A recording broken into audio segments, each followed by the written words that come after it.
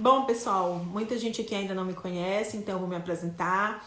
Eu sou a Ana, eu tenho esse canal e aqui eu falo sobre golpes virtuais e também falo sobre relacionamentos virtuais. Eu trago aqui relatos, eu trago casos criminais, todos voltados aqui a esse nosso nicho, que é esse lance de golpes virtuais e afins. O vídeo de ontem foi um vídeo no qual eu falei sobre um caso que aconteceu aqui em Portugal. E eu falei também que eu iria contar outros casos que acontecem aqui, principalmente sobre esse tal de tráfico de seres humanos. Então, eu não tinha abordado esses assuntos aqui no canal, porque, como eu já citei, eu acho que são assuntos muito pesados, é bem complicado de falar sobre esse assunto. Por conta disso, eu recebi um relato e vou trazer aqui para vocês. Então, é um relato longo, peguem aí uma pipoca ou sentem aí, quem quiser fazer as coisas, fazer a faxina, fiquem à vontade, porque o vídeo vai ser um pouco longo e após isso eu vou voltar para comentar. Você sabe que eu fiz um vídeo ontem que foi falando sobre a Rose, uma brasileira que provavelmente foi traficada aqui em Portugal. Então, o vídeo de hoje vai ser sobre um homem que ele também foi vítima de tráfico humano. Foi um rapaz. Eu vou ler o relato para vocês e após o relato eu volto aqui para a gente comentar. Ele diz o seguinte: eu me chamo Tiago, eu tenho 27 anos e trabalho com publicidade.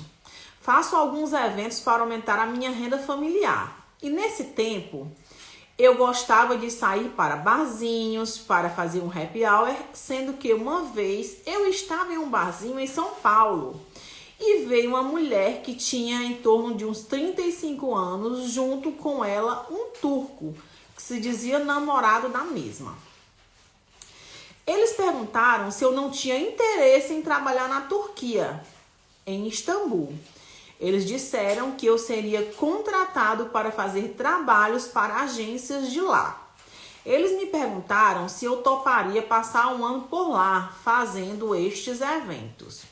Então, trocamos o contato e assim fomos nos falando ao decorrer dos dias. Mas aquela velha história, eles falaram que tinha muita gente interessada e iriam avaliar o meu perfil um pouco melhor. Então eu topei. Eu disse que não teria todo o dinheiro da passagem, pois eles me pediram para pagá-la. Eu acho que para não dar na vista, eles disseram que eu não poderia pagar, não precisaria pagar tudo. E que eu poderia pagar a metade. Então eu aceitei. Eles disseram que o embarque seria um mês depois. Mas essa gente tem tudo no esquema. Como já tinha dito, eles queriam me fazer acreditar que eu não seria uma vítima. Nesse tempo, eles me levaram em um escritório para eu fazer um book de fotos. Era uma sala. Até aí, nada de eu desconfiar disso. Esse turco não falava bem o português. Então, quando ele falava, ela traduzia tudo. Até o dia do embarque, ela foi me dizendo o que fazer e como seria lá o meu trabalho. Sim, eu dei mais ou menos uns R$2.000 e o restante ela disse que eu iria pagando quando chegasse lá. Mas até aí o bilhete estava tudo ok. Eles não fizeram com esses traficantes que fazem aos modos antigos. Eles deram o bilhete e no destino eu teria que pagar. Acho que os traficantes de hoje estão percebendo que o negócio precisa ser feito da melhor maneira possível para não deixar pistas. Então foi assim. No dia do embarque eu me despedi da minha mãe e do meu irmão. Mas eu não havia dito nada para os meus amigos, pois eles não me permitiam falar o que acontecera posteriormente. Foi tudo normal no dia do embarque, voo certo e a viagem foi muito demorada. Embarcamos eu turco. Chegamos em Istambul à noite.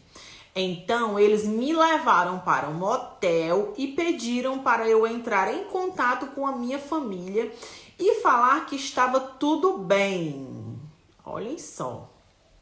Mas para eu entender que estava traficado, tudo isso demorou mais ou menos uns 5 dias. Eles me levaram para conhecer a cidade, Istambul, e eu teria que tirar fotos. Mas nestas fotos eles não apareciam, somente eu. Em uma noite chuvosa, eles disseram que iriam mudar de hotel e que eu teria que ir junto. Isso seria em um outro bairro. Chegamos em um lugar mais esquisito. Eles me disseram que o local da agência que eu iria trabalhar era perto dali. Então eu fui entrando e percebi que era tipo um bar nightclub. Só nessa hora que ele me disse que eu iria ter que pagar. Sim, eu teria que pagar a minha viagem e despesas fazendo programas para poder custear as minhas despesas. Nesse momento veio na minha direção 4 turcos e eu comecei a gritar. Foi aí que um deles me deu uma cabeçada e eu levei um soco depois disso.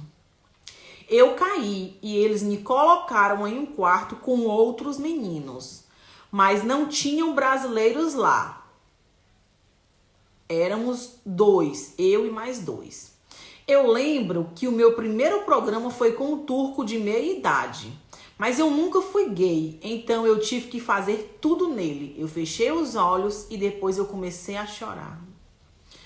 Ele ficou com muita raiva porque depois do ato consumado eu chorei e pedi de volta o dinheiro para os traficantes. Eu nesse dia levei uma surra e tive uma arma apontada para a minha cabeça.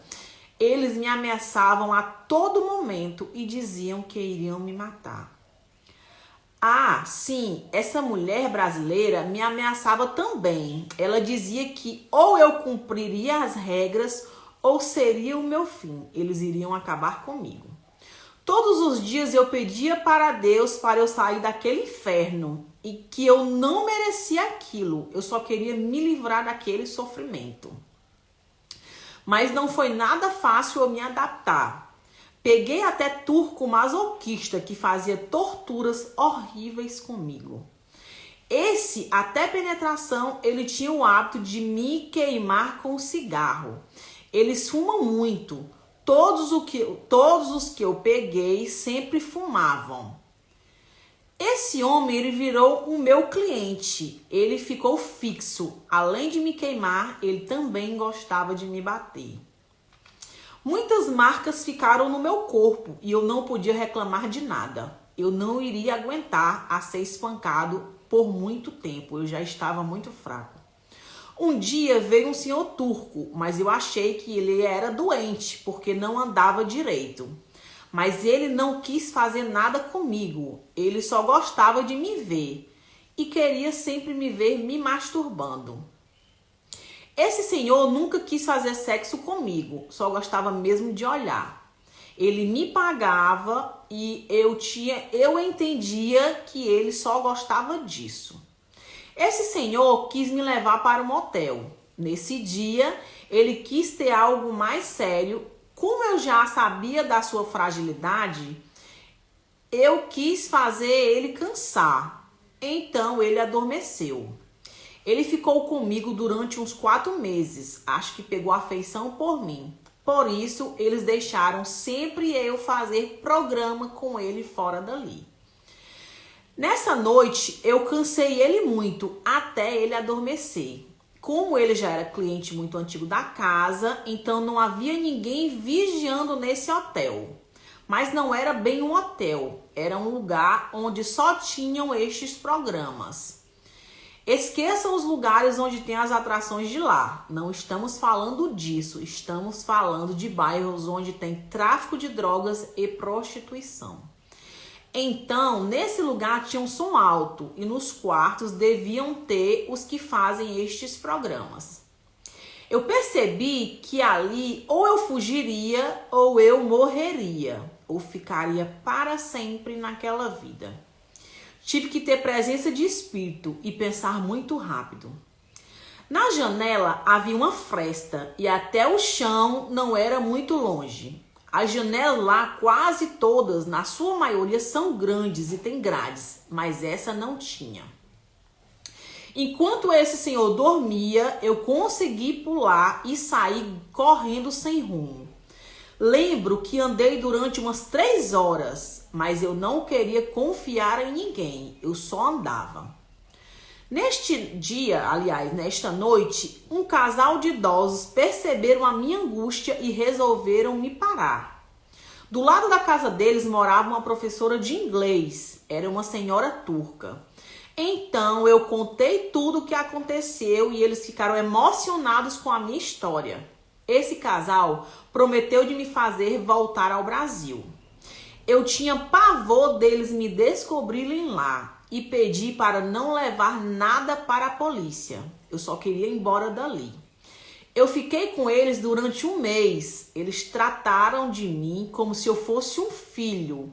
E assim, muitas crises de pânico eu tive.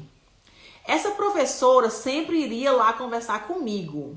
Eu não sabia falar turco, mas ela conseguia me entender. Depois de tudo isso, eu consegui voltar para o Brasil. Eles me levaram ao aeroporto no dia marcado. E até hoje eu sou muito grato por eles. Até hoje mantenho contato com essa professora de inglês. Pretendo um dia voltar lá e fazer uma visita. Mas não sei, morro de medo deles me reconhecerem. Isso faz 3 anos que aconteceu comigo. Eu nunca vou me esquecer. E o pior de tudo é que uma brasileira foi quem ajudou a me traficar. Ela deve estar agindo por aí, mas eu tenho pavor de ver qualquer mulher com a aparência física dela. Moro em São Paulo e minha família me ajudou depois de tudo isso. Estou tentando reconstruir a minha vida. Isso aqui foi um relato de um rapaz, me foi passado, não vou dizer quem, não vou falar nada aqui porque ele foi vítima de tráfico humano. A gente sabe que isso aqui é muito perigoso, isso aqui acontece não só com meninas, muita gente acha que isso aqui só acontece com meninas. Então, temos aqui um rapaz, não só ele, inclusive eu vou procurar aqui na internet, eu vou trazer para vocês um outro rapaz, que também foi vítima de tráfico. Como eu já havia citado ontem, muitas dessas vítimas, elas são procuradas através de promessas de trabalho. Então, vocês prestem muito e bastante atenção com falsas promessas de trabalho. Ontem mesmo, lá no vídeo de ontem, eu posso deixar aqui, que foi o vídeo da Rose, que veio aqui para Portugal atrás de uma promessa de trabalho. A Rose simplesmente sumiu e as autoridades daqui têm quase certeza que ela foi vítima também do tráfico humano. Sumiram com a Rose já tem 2 anos. Esse rapaz, ele teve a sorte, ele teve uma grande sorte de ter sobrevivido e de ter conseguido fugir deste lugar aqui. Sendo que isso não é uma regra, é quase uma exceção. Poucas pessoas conseguem fugir, independente se são homens ou mulheres. Então, muito cuidado. E como eu já citei ontem, o tráfico de seres humanos é o 3º mais rentável do mundo. Ele só perde para o tráfico de drogas e de armas.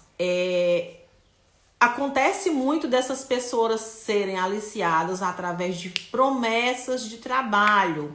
Então, eu vou começar a trazer aqui para o nosso canal, eu vou começar a falar sobre isso, sobre essas falsas promessas de trabalho, como funciona, como essas pessoas, elas entram em contato com essas possíveis vítimas. Então, você que está assistindo esse vídeo aqui, você está passando aqui do nada, esse vídeo te caiu de paraquedas. Tu é modelo ou tu tem pretensão de ser modelo, ou tu, sei lá, recebeu uma proposta de trabalho para trabalhar em Portugal, Espanha, ou seja lá onde for.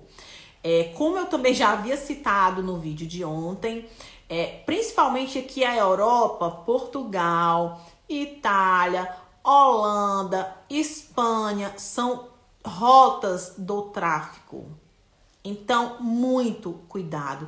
Se você está aí e recebeu uma proposta para trabalhar onde quer que seja, aqui na Europa ou na China que seja, muito cuidado, prestem atenção, vão procurar ver se essas empresas realmente existem. Se isso é de fato um trabalho, porque a gente sabe que acontece muito e, inclusive, a maioria dessas pessoas não voltam para contar as suas histórias. Eu vou contar aqui um breve relato aqui para vocês que aconteceu com uma pessoa que eu conheci. Há mais ou menos 15 anos atrás, lógico, um amigo meu, a irmã dele, ela fazia programa, a irmã desse meu amigo fazia programa lá em Fortaleza, na Beira-Mar. Há 15, 20 anos atrás, existia um bar chamado Pirata Bar, no qual as meninas frequentavam e conheciam os gringos e faziam programas lá. Essa garota, a Melinha, eu vou falar até porque até hoje ela não apareceu mais, então não tem problema de falar. A Melinha, ela fazia programa lá e ela conheceu um italiano. Então ela conheceu esse cara, ela se relacionou com ele, ela foi pra Itália. Ela foi pra Itália com ele. Deu tudo certo, voltou pro Brasil. Como a Melinha tinha uma criança, a Melinha veio para resolver toda a documentação para poder levar com essa criança para lá. Só que como não deu certo, essa documentação parece que não deu certo, a Melinha voltou para a Itália para fazer mais dinheiro, porque a Melinha trabalhava com prostituição, e voltou para a Itália. Passou um mês, passaram 2 e a Melinha deixou de manter contato com a família. Então a família começou a fazer buscas, interceptou a polícia, interceptou tudo. E a Melinha está sumida há quase 20 anos. Eu acho que é mais ou menos isso. Eu não lembro bem a data, mas de 15 a 20 anos. Eu não lembro bem. Mas até hoje a família não tem notícias da Melinha. Ela sumiu, evaporou na Itália. Então, muito cuidado com quem vocês se relacionam na internet. Muito cuidado com falsas promessas de trabalho. Eu vou trazer esses casos aqui, casos também que aconteceram aqui em Portugal e em outros países aqui da Europa. Eu vou trazer pra cá. A gente não vai deixar isso no esquecimento, tanto como o caso da Rose, como outros casos. A gente não vai deixar isso passar, não vai deixar isso em esquecimento. Nós temos poucas pessoas aqui na internet que falam sobre esse assunto, porque, como eu já citei, é um assunto complexo. Para fazer um vídeo falando sobre isso é complicado, é perigoso. Você também tem que pesquisar. Não adianta eu vir aqui e começar a falar um monte de abobrinha, porque não é assim. São coisas que você tem que explicar aqui para as pessoas conseguirem entender como é e como funciona esse negócio. Eu espero que vocês curtam o vídeo, que compartilhem. Nós temos uma página no Instagram chamada Desmascarando Golpistas, no qual eu sempre estou lá, eu posto stories, tem foto minha, eu posto os vídeos lá. Quando sair vídeo eu já posto lá. Então, se você gosta aqui do meu trabalho, curta, compartilhem. Quem está aqui que não se inscreveu, se inscrevam no canal para ajudar aqui, para que os nossos vídeos possam chegar a mais e mais pessoas. Até mais.